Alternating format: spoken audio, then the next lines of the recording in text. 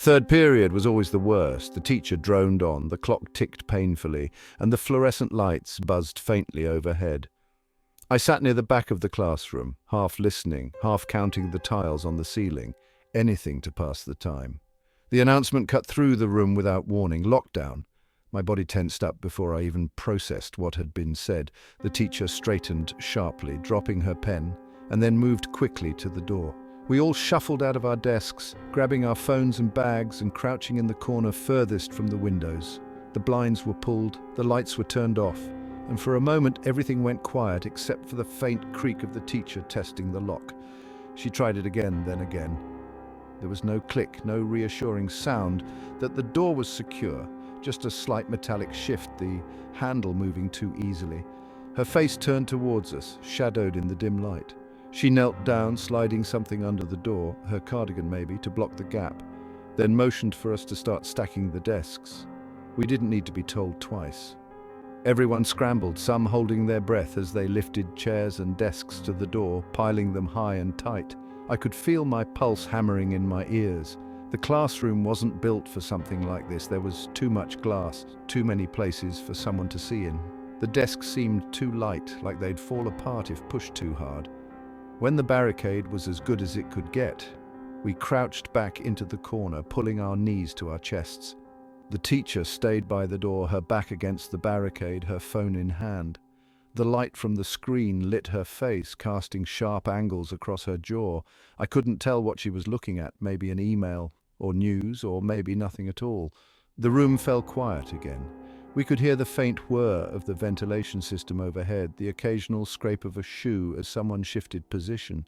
Every now and then, someone's phone vibrated with a notification, the buzzing sound too loud against the silence. My own phone was clutched in my hands, but I didn't dare check it. I couldn't think about anything except the door, the barricade, and how easily someone could push through if they wanted to. It started faintly, almost like an echo at the far end of the hallway. Footsteps, they were light, scattered, almost hesitant. A pause, then another. Each one moved closer, clicking against the polished floor outside. I gripped my phone tighter, trying to breathe quietly through my nose. The footsteps stopped just outside our door. My chest felt tight, like someone was squeezing the air out of me. The teacher didn't move. She sat there, barely breathing, staring at the faint outline of the barricade. I focused on the glass window at the top of the door, watching for any movement, any sign that someone was looking in. There was nothing. Then came a voice. It was muffled, faint, too low to make out the words. It rose and fell like whoever was outside was talking to themselves. The voice shifted, the tone changing slightly, as if they were asking a question, then answering it. I couldn't tell if it was one person or several. The footsteps moved again, circling slowly outside the door. The voice stopped. The footsteps stopped. I stared at the barricade, willing it to hold, feeling every nerve in my body scream to run, but there was nowhere to go. My legs cramped. My back ached from hunching in the corner, but I didn't dare move. A sharp noise broke the silence, a metallic click, faint but distinct. It came from the door. Someone was testing the handle, turning it slowly. My breath caught in my throat. I couldn't look away from the door, couldn't think about anything, except the weak lock and the flimsy desks piled in front of it.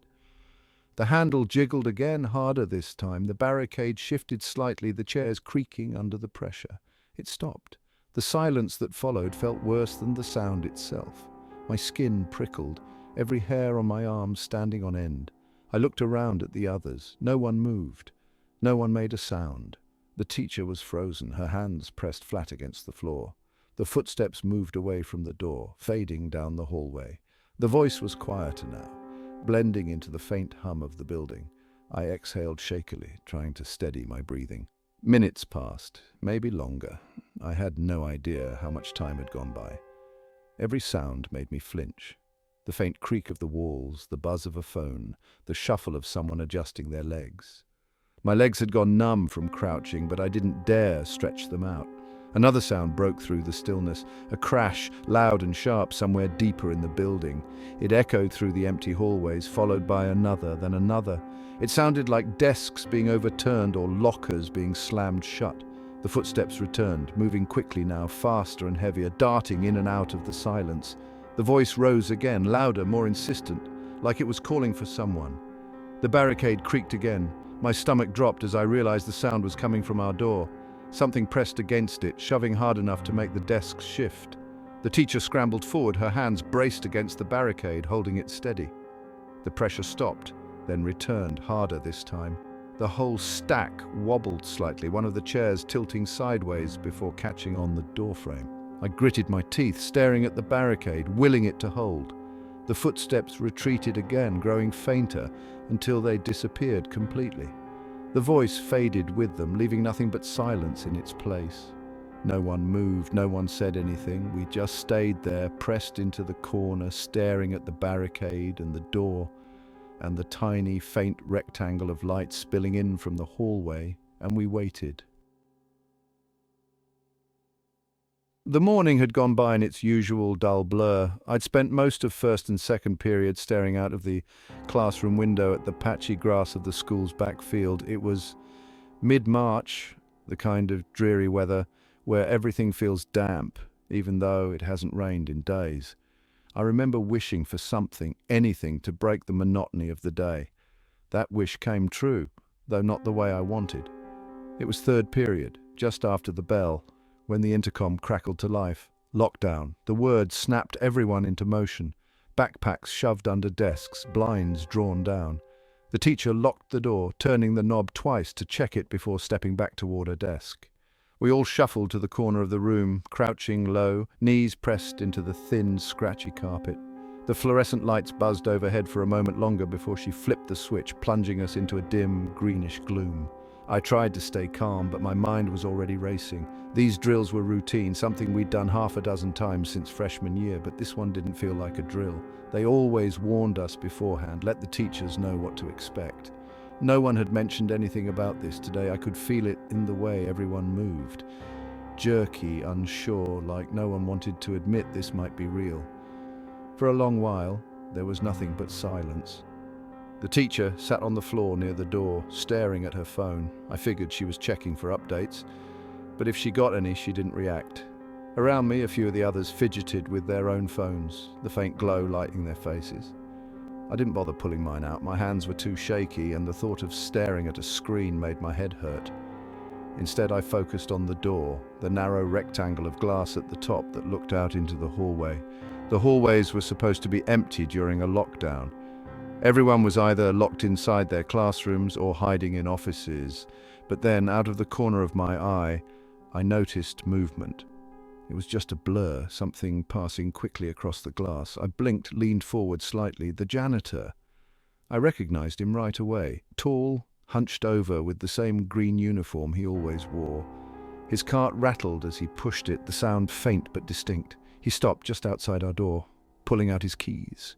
My breath caught. There was a flicker of relief, even a tiny urge to stand up, wave at him through the glass.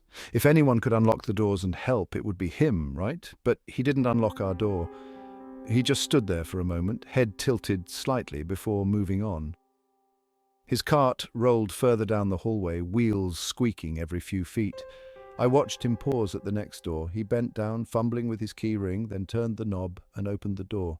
My relief started to crack, replaced by something else. I wasn't sure what I expected, maybe the sound of voices, students filing out into the hall.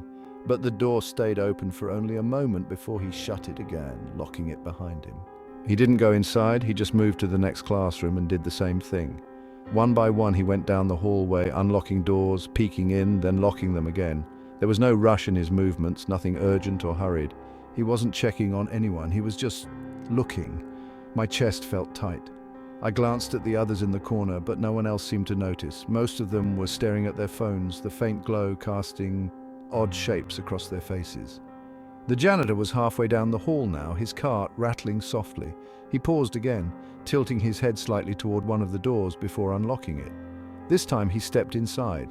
I waited, staring at the glass, expecting to see him come out again. 1 minute passed, then 2. The hallway stayed empty. When he finally reappeared, there was something in his hands. A shoe. One of those plain white trainers that half the students seemed to wear. He held it for a moment, staring down at it, before setting it carefully on the edge of his cart. My stomach twisted. I wanted to move, to say something, but my body felt frozen. I kept staring through the glass as he continued down the hallway, stopping at each door, repeating the same process. Unlock, peek inside, lock it again. Every so often he would step inside a classroom and come back out with something. A notebook, a backpack, a single glove. He was closer to our door now. I could hear the faint rattle of the cart, the metallic jangle of his keys as he fumbled through them. I tried to make myself as small as possible, knees pulled up, tight arms wrapped around them. My heart was pounding so loud I was sure he would hear it. He stopped in front of our door. I watched as his shadow passed across the glass. He leaned forward, his face just barely visible through the narrow rectangle. His eyes swept across the room, slow and deliberate before he straightened up. Then he moved on. The sound of the cart grew quieter as he continued down the hallway. I exhaled shakily, glancing around at the others. No one else had moved. The teacher was still by the door, her phone clutched tightly in her hands. She didn't look up, didn't give any indication that she'd seen him. Minutes passed, or maybe it was hours. I lost track of time, my mind stuck on the image of the janitor's face framed by the glass. There had been something about his expression, something I couldn't quite place. He hadn't looked surprised to see us. If anything, he had looked pleased. Eventually, the sound of the cart faded completely. The hallway was silent again, but I couldn't shake the feeling that something had changed. The air felt heavier somehow, the dim light casting strange shapes across the walls. I wanted to leave, to run, but no one else seemed to be moving.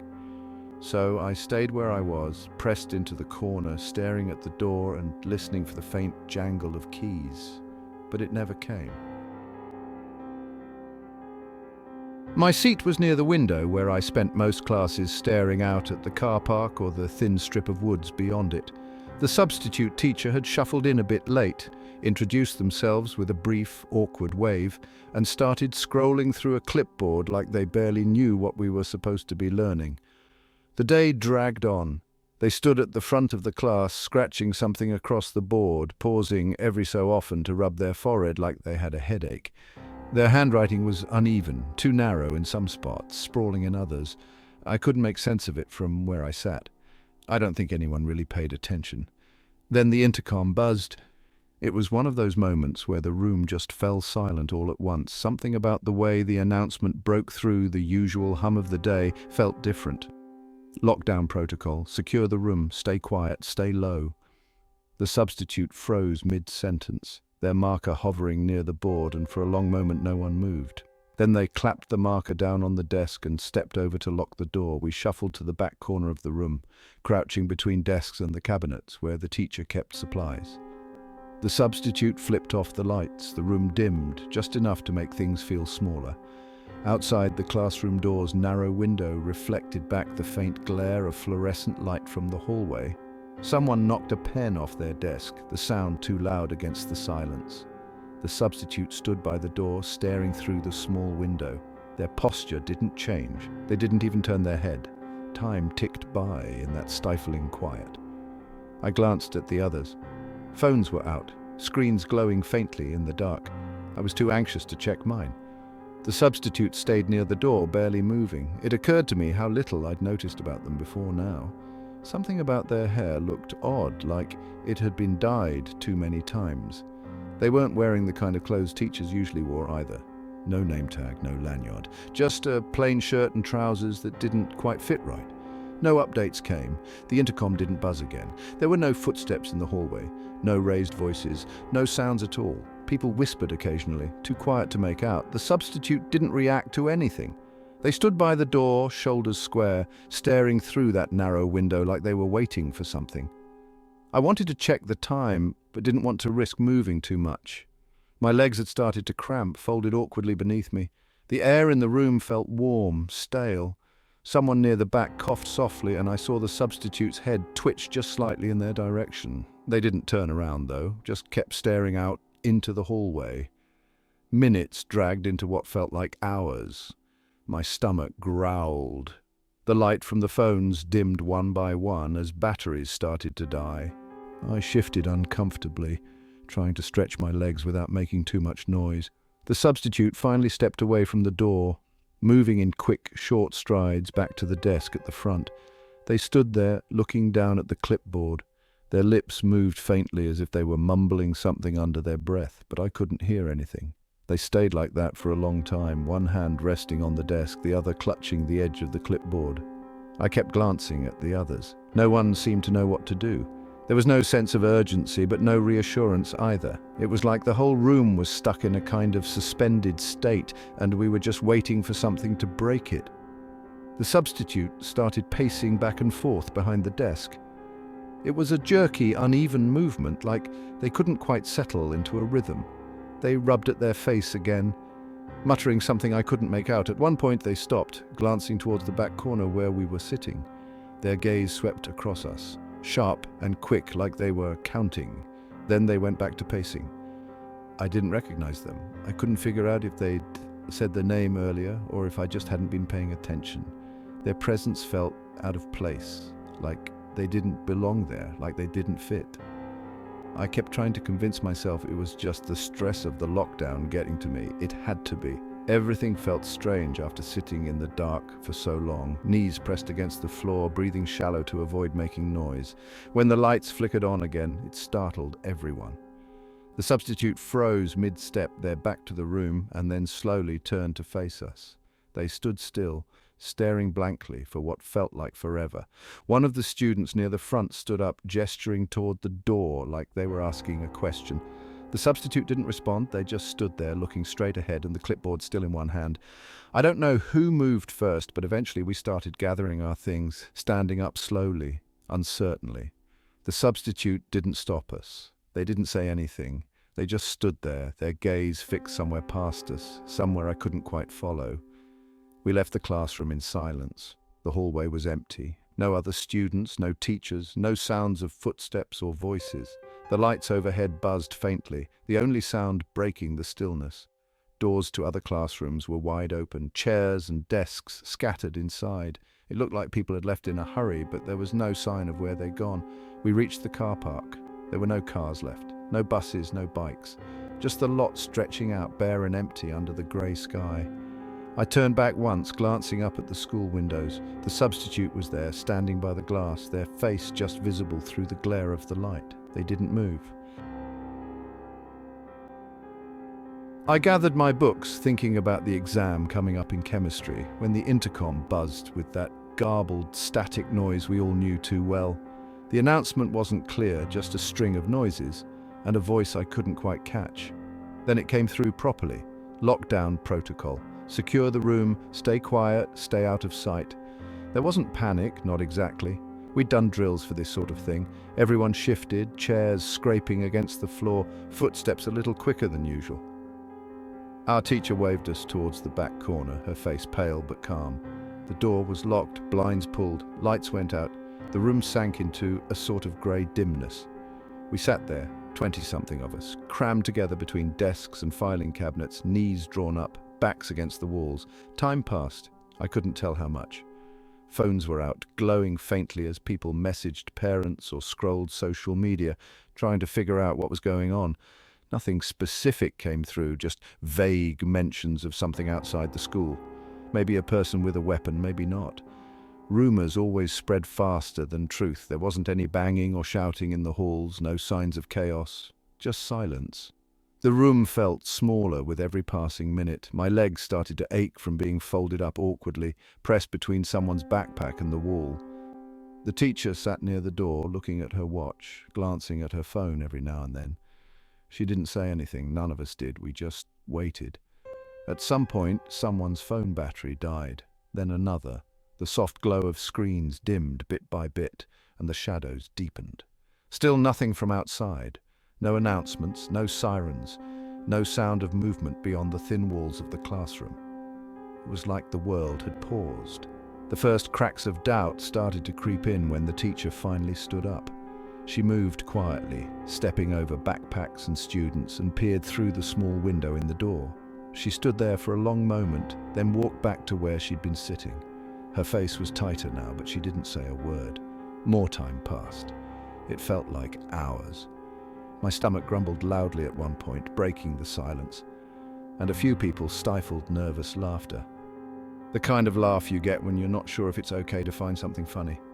The air in the room grew stale. My shirt clung to my back, my legs were stiff, and my neck ached from leaning against the wall. I tried not to think about how weird it all was. No updates, no noises, no anything, just nothing. Eventually, the tension got to us. Someone, one of the kids near the middle, gestured at the teacher, whispering something I couldn't quite make out. She hesitated, then nodded. We started to get up, stretching limbs that felt like they'd been frozen in place. Quietly, we moved towards the door. The teacher unlocked it and opened it just a crack. The hallway outside was empty. No students, no staff, no sound. We stepped out, sticking close together, our footsteps awkwardly loud on the linoleum floor. The lockers stretched out in both directions, rows of them disappearing into the dimness. The lights were on, but something about the way they flickered made the place feel colder. We walked past open classroom doors, peering inside. Desks were scattered here and there, chairs pushed out like the students had left in a hurry. No bags, no coats, no phones left behind, just emptiness. The cafeteria was the same. Trays were still on the tables, some with half-eaten sandwiches or apples with bites taken out of them. The smell of food lingered, faint and strange in the silence. We didn't stop, we just kept moving, heading for the front doors. The doors were unlocked. Outside, the car park was deserted. Not a single vehicle was left, not even the teachers' cars. The sky was dull and grey, clouds hanging low. I couldn't hear any birds or traffic, just the faint whisper of the wind. We didn't know what else to do. One by one, we started heading home. It felt wrong to just leave, but there wasn't anyone to stop us. No police, no security guards, no teachers, just us. When I got home, my mum practically knocked me over when she opened the door. Her face was pale, her hands trembling as she pulled me into a hug. She kept saying something about how she couldn't reach me, how no one could reach the school, how the police didn't know where we were. I didn't understand. My phone had shown full bars the whole time. I told her what happened, but the more I talked, the stranger it sounded, even to me. The news didn't say anything about the lockdown, no reports of threats, no mention of anything unusual, just blank. I checked the group chat later and everyone said the same thing. No one knew where we'd gone, no one had seen us leave, no one even knew we'd been missing. The school was open the next day, like nothing had happened. Students filled the hallways, teachers handed out assignments, no one mentioned the lockdown. No one acted like it had ever happened. I wanted to ask someone, anyone, but the words just caught in my throat. Something about the way everyone moved, the way their eyes didn't quite meet mine, kept me quiet. I never brought it up again. None of us did.